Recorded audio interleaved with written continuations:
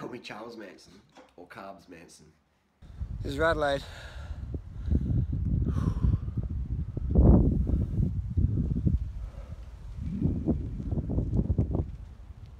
Okay, I've got a question here. Should power meters be banned in racing? I definitely agree. Power meters should be banned in racing if the goal is to make the racing more exciting with less team control. Because if you have a strong team, you can tell your riders to sit on the front, ride at 400 watts and control the pace. It is impossible really to pace yourself properly without a power meter. You know, I guess I should say it's impossible to pace yourself as accurately as you could if you had a power meter. Right now I'm going to show you a bit of B-roll, my trips in Thailand, Philippines. If you like this format, give the video a thumbs up. If you just want to see just my face, then give the video a thumbs down. Thumbs up for B-roll, thumbs down for just the face, if you want to see just the face. Anyway, so power meters banned. I think they should be banned.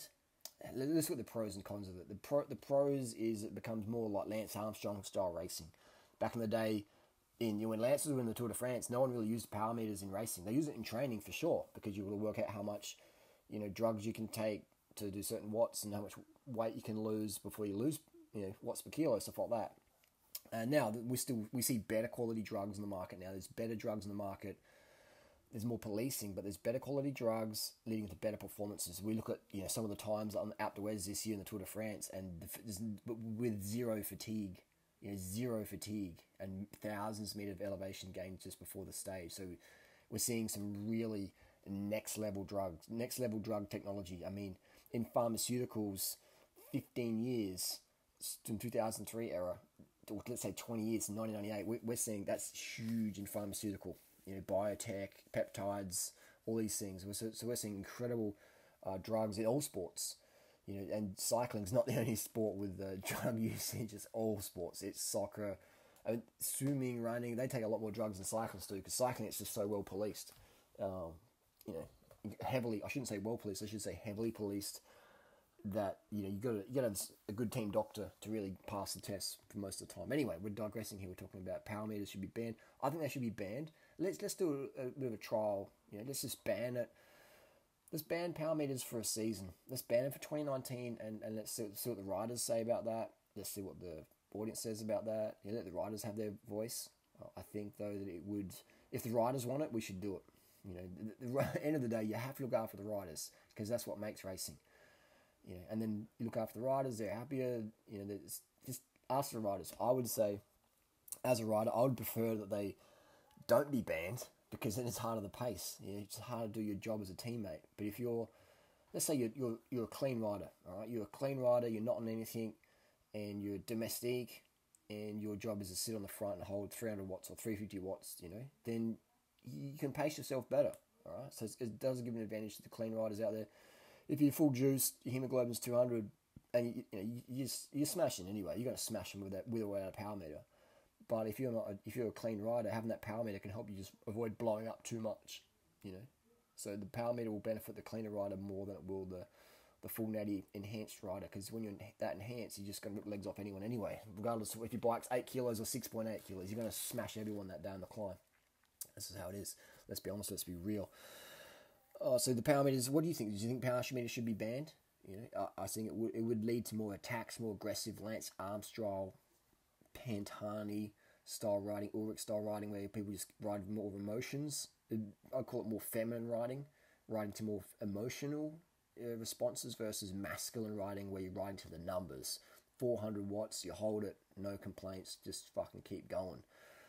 So it'd be more of a feminine ride, more explosive, feminine weather style of just like reacting to emotions and feelings, versus this masculine Team Sky, Radio Shack, US Postal, Astana, stuff like that, where you're just on the front, holding the watts, bang, bang, bang, locking it down, masculine style. That masculine presence in the front of the peloton, that's masculine. The feminine's like all flighty, attacking randomly for no real reason. And I'm not saying one is better and worse than the other.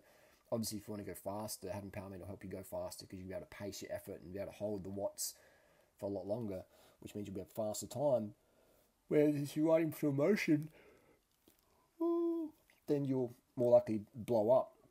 because you'll produce more lactic acid, which is more hydrogen ions in the blood, which will shut your legs down and delay your performance the next day. So, and that later in the climb. So I would say to ban the power meter would be a good idea.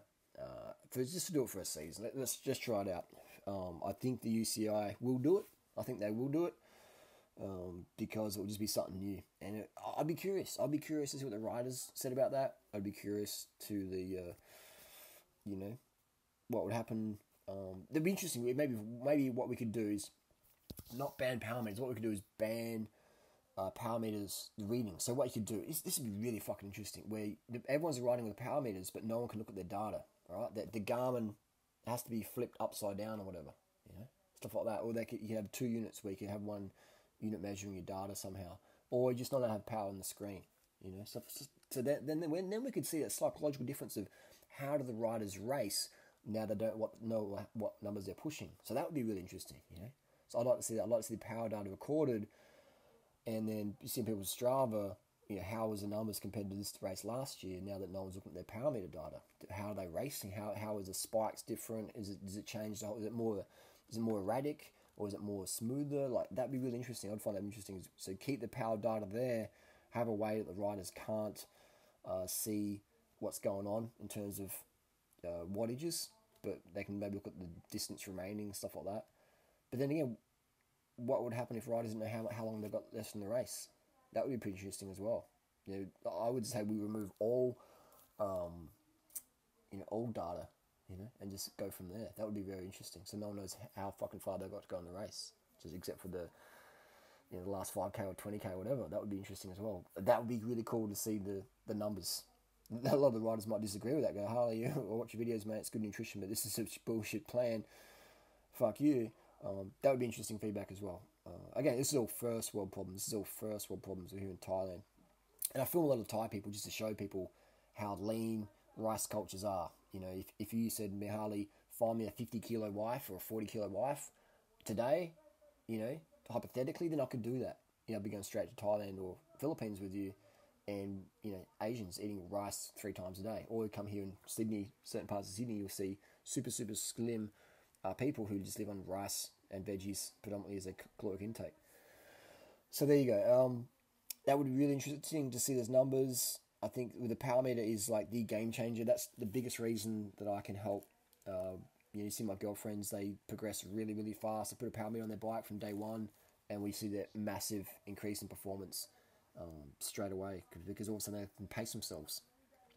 And pacing's everything. You learn how to pace yourself, and then you can push the numbers. And girls love numbers. They like to be able to improve and watch improvements and stuff like that. And if you have that 100% positive, positive confirmation and positive support, then you help people grow up really, really quickly. Definitely, especially if they're female, they thrive on that. Women thrive on that 100% positive compliment. And not to be bullshitting people. Not bullshit people. Be genuine with the compliment.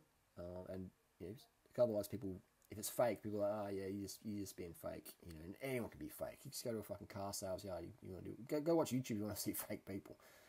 So that genuine compliments there. And the power meter is an incredible tool. I'm a massive fan of power meters. They're game changers. Everyone who takes my advice gets power meter. They improve really fucking quick, because also they can pace themselves better, and they can learn how to go hard on a hard day and easier on an easy day by keeping it under certain watts or over certain watts. So they're really an incredible tool. I've sold thousands of power meters without making a single cent, because people watch my videos and they're like, wow, power meter is the most important thing on the bike. Okay, I'll trust in what Harley says, understand his experience, and that is true. Power meter is the most important thing you can get in your bike. Power meter, power meter, power meter, power meter, power meter. My favourite is Stages power meters, because they're the easiest to fix if they get wet. Just dry them out, put the battery back in, good to go. If you have the other brand of power meters, they can get water damage and then be totally cooked. But the Stages, fine, pop the battery out, let it dry out overnight, maybe take it for a ride in the dry weather, and you're good to go. So should power meters be banned? I would say let's ban all data for just 1 year, for one season, or maybe for 6 months, and let's have a look at how the racing changes. Let's ask what the riders think, and then we'll go from there. Let the riders decide.